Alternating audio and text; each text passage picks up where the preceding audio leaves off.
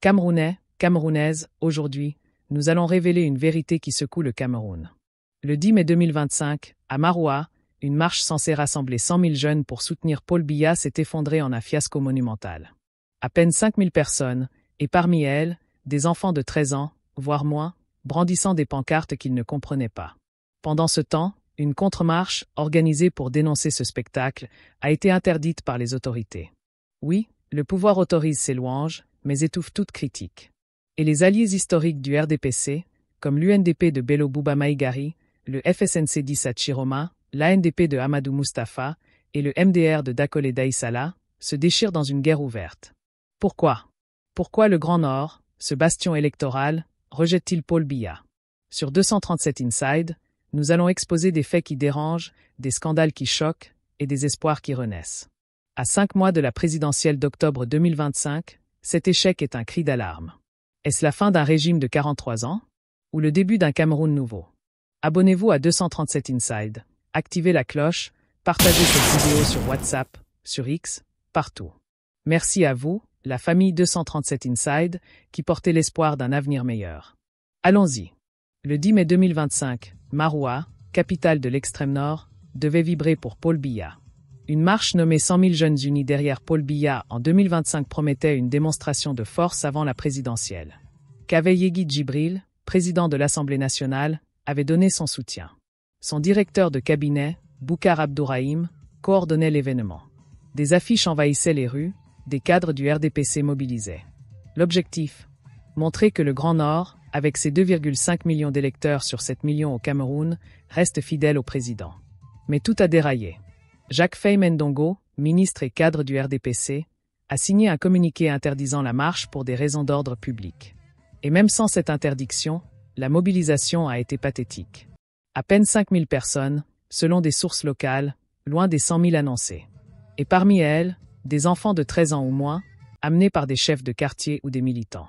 Pendant ce temps, une autre initiative a émergé, une contre-marche organisée par des groupes de jeunes et des activistes pour dénoncer cette opération de propagande. Mais cette contre-marche a été interdite par les autorités, avec des menaces d'arrestation pour quiconque oserait défiler. Vous voyez le tableau? Le pouvoir tolère une marche pour glorifier Biya, même si elle échoue. Mais une marche pour critiquer? Interdite. Ce double standard est révélateur. Le Grand Nord, c'est l'extrême nord, le nord, et l'Adamaoua, presque la moitié des électeurs du pays. Depuis 1982, cette région a été le pilier du RDPC. Mais aujourd'hui, les jeunes boycottent, les enfants sont manipulés, les contre-marches sont réprimées, et les alliés se rebellent. Que se passe-t-il? Pourquoi le Grand Nord, ce cœur électoral, dit-il non? Première vérité, la marche de Maroua était une farce, avec 5 000 personnes et des enfants de 13 ans. Les organisateurs promettaient une vague de jeunes militants, âgés de 18 à 35 ans, pour chanter les louanges de Paul Biya. Mais le 10 mai, les rues de Maroua étaient presque vides. Selon des témoins, à peine 5 000 personnes ont participé, un chiffre dérisoire pour une région de millions d'habitants. Et parmi elles, des enfants, certains n'ayant même pas 13 ans, tenant des pancartes du RDPC. Un habitant m'a raconté, j'ai vu un garçon de 11 ans avec une affiche. Il ne savait pas ce qu'il faisait là. On lui avait promis 500 francs CFA et un sandwich. C'est ça, la grande mobilisation du RDPC? Envoyer des enfants pour gonfler les chiffres? C'est un scandale. Les jeunes, eux, ont envoyé un message clair, ils ne veulent plus jouer ce jeu. En novembre 2024, une marche similaire à Maroua avait déjà montré une faible participation, avec quelques centaines de personnes au lieu des milliers attendus. Pourquoi ce boycott? Parce que les jeunes du Grand Nord sont fatigués. Ils veulent des emplois, des écoles, un avenir. Pas des pancartes. Prenons l'exemple de Fatima, une étudiante de 22 ans à Maroua. Elle m'a dit, je n'ai pas de bourse, pas de perspective après mon diplôme. Mes amis sont partis au Nigeria ou à Dubaï. Pourquoi je marcherais pour Biya? Fatima représente des millions de jeunes, qui forment 60% des électeurs du Grand Nord, selon le RDPC. Mais ils ne croient plus aux promesses. Et utiliser des enfants pour masquer cet échec? C'est une insulte à leur intelligence. Ces enfants devraient être à l'école, pas dans des défilés politiques. Le pouvoir est si désespéré qu'il manipule des gamins. Vous trouvez ça normal? Moi non plus.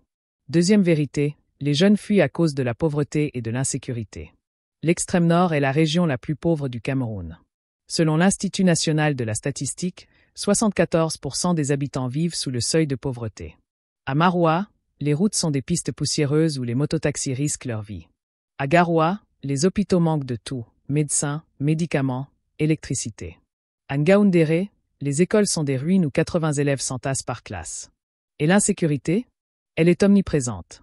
Depuis 2014, Boko Haram a tué plus de 2000 personnes, détruit des villages, forcé 300 000 habitants à fuir. En 2024, les attaques ont repris. Entre août et novembre, une vingtaine de civils tués, des otages enlevés, des gendarmeries visées à Kolofata, Mozogo, Mora. Les gens vivent dans la peur. Écoutez l'histoire d'Adamou, un jeune de 24 ans à Koussery. Il m'a dit, je ne dors plus. Boko Haram est à quelques kilomètres. L'armée est là, mais on ne se sent pas protégé. Pourquoi je marcherais pour un président qui nous laisse seuls? Adamou a raison. L'ONU rapporte que 1,2 million de personnes dans l'extrême nord ont besoin d'aide humanitaire. Mais au lieu de solutions, le pouvoir envoie des affiches pour une marche. Pendant ce temps, des jeunes comme Aïcha, 19 ans, à Maroua, abandonnent leurs rêves. Elle m'a dit, j'ai arrêté l'école à 15 ans, parce que mes parents n'avaient rien. Je vends des beignets pour survivre. Le RDPC parle de Biya. Mais où est l'eau potable? Où est l'électricité? Aïcha n'a pas marché le 10 mai. Et elle n'est pas seule. Les jeunes boycottent, parce qu'ils veulent un avenir, pas des défilés. Et les enfants de 13 ans? Ils n'ont rien à faire là. Ils méritent des écoles, pas des pancartes. Troisième vérité, les alliés du RDPC dans le Grand Nord se rebellent, et l'alliance s'effondre.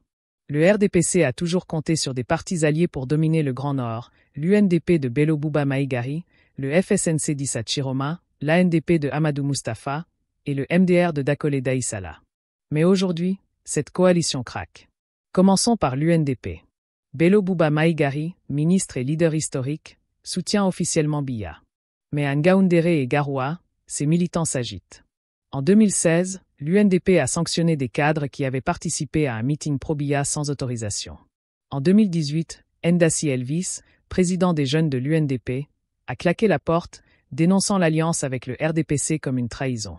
Il disait « Nous soutenons Biya, mais le Nord n'a rien en retour ». En 2025, l'UNDP a boudé la marche de Maroua. Des cadres locaux ont dit « Pas d'argent, pas de mobilisation ». Passons à Issa Chiroma et son FSNC. Le 11 mai 2025, un post sur X a révélé une dispute dans un groupe WhatsApp de l'Assemblée nationale. Le RDPC accuse le FSNC de sabotage, disant que Chiroma n'a pas mobilisé pour la marche. Des cadres du RDPC menacent d'attaquer Chiroma dans les médias. Pourquoi cette guerre? Parce que Chiroma, ministre et porte-parole, sent la grogne dans sa base. Ses militants, surtout les jeunes, refusent de suivre le RDPC aveuglément. À Garoua, un militant du FSNC m'a dit « Chiroma nous parle de Biya, mais où sont les routes? Où sont les emplois ?» En 2011, Chiroma remplissait des stades pour Biya. En 2025, il peine à rassembler. L'ANDP de Amadou Mustafa et le MDR de Dakole Daïsala suivent la même tendance. Amadou Mustafa, ministre à la présidence, a vu ses militants à Maroua boycotter la marche, disant qu'ils n'avaient ni fond ni motivation. Le MDR, plus discret, murmure son mécontentement. Un cadre m'a dit « Le RDPC nous utilise, mais ne partage pas le gâteau ». Cette marche a révélé les fractures. Kaveyegui Djibril, malgré son influence, n'a pas pu unir. Jacques Faye Mendongo a interdit la marche, montrant des divisions internes. Et la contre-marche interdite? Elle prouve que le pouvoir craint la vérité. Il peut organiser ses propres spectacles, mais il étouffe toute dissidence. Quatrième vérité, le Grand Nord veut un nouveau Cameroun. En avril 2025, les partisans du changement du Grand Nord ont publié un appel signé par 200 leaders, chefs traditionnels, intellectuels, jeunes. Ils veulent un candidat de rupture, pas un autre mandat de Paul Biya. MGR Emmanuel Abo, évêque de Ngaoundéré, a dénoncé le mal-être des Camerounais. Il a dit « Notre peuple souffre, il veut du changement ». Ces voix viennent du Grand Nord, le cœur électoral du pays. L'opposition sans l'opportunité. Maurice Kanto, du MRC, appelle à une mobilisation nationale. Cabral Libi, du PCRN, parle d'un sursaut patriotique. Et des citoyens ordinaires, comme Moussa, un commerçant de Garoua, prennent la parole. Moussa m'a dit « Je veux un président qui construit des écoles, pas des affiches. Je veux un pays où mes enfants apprennent, pas où ils défilent à 13 ans. » Moussa a raison. Le Grand Nord ne veut plus des vieilles promesses. Il veut du concret. Et l'échec de la marche du 10 mai, avec ses 5000 participants et ses enfants manipulés, prouve que cette région est prête à se battre. La contre-marche interdite montre que le peuple veut parler, mais le pouvoir le muselle. Les alliés du RDPC, de l'UNDP au FSNC, se fracturent parce qu'ils savent que l'avenir n'est plus avec Biya. Cette marche n'a pas eu lieu, mais une autre a commencé.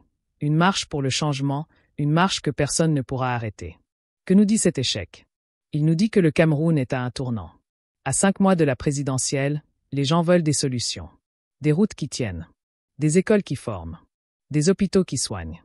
Un pays où les enfants de 13 ans vont à l'école, pas dans des marches. Un pays où les contre-marches ne sont pas interdites, où la liberté d'expression est respectée. Si le Grand Nord, ce bastion du RDPC, abandonne Paul Biya, qui restera? Si l'UNDP, le FSNC, l'ANDP, le MDR doutent, qui suivra? Cet échec est un cri. Le cri d'un peuple qui en a assez. Dites-moi ce que vous pensez. Pourquoi à peine 5000 personnes ont-elles marché? Pourquoi des enfants étaient-ils là? Pourquoi la contre-marche a-t-elle été interdite? Et les alliés du RDPC, vont-ils lâcher Biya? Quel Cameroun voulez-vous pour 2025? Un Cameroun où chaque région, du nord au sud, a sa chance? Ou un Cameroun où les élites s'enrichissent pendant que le peuple souffre? Sur 237 Inside, nous croyons en vous. Partagez vos idées dans les commentaires. Faites entendre votre voix. Ensemble, nous pouvons changer ce pays. Si cette vidéo vous a secoué, 237 Inside est votre maison. Nous sommes la voix du changement, et nous avons besoin de vous. Abonnez-vous à la chaîne. Activez la cloche pour ne rater aucune vidéo. Partagez ce message sur WhatsApp, sur X, partout où les Camerounais se parlent.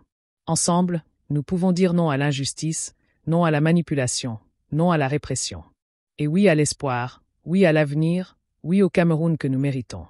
Rejoignez le mouvement 237 Inside. Le changement commence avec nous. Merci à vous, la famille 237 Inside. À très vite pour plus de vérité, plus de combats, plus d'espoir pour un Cameroun nouveau. Restez connectés. L'avenir est à nous.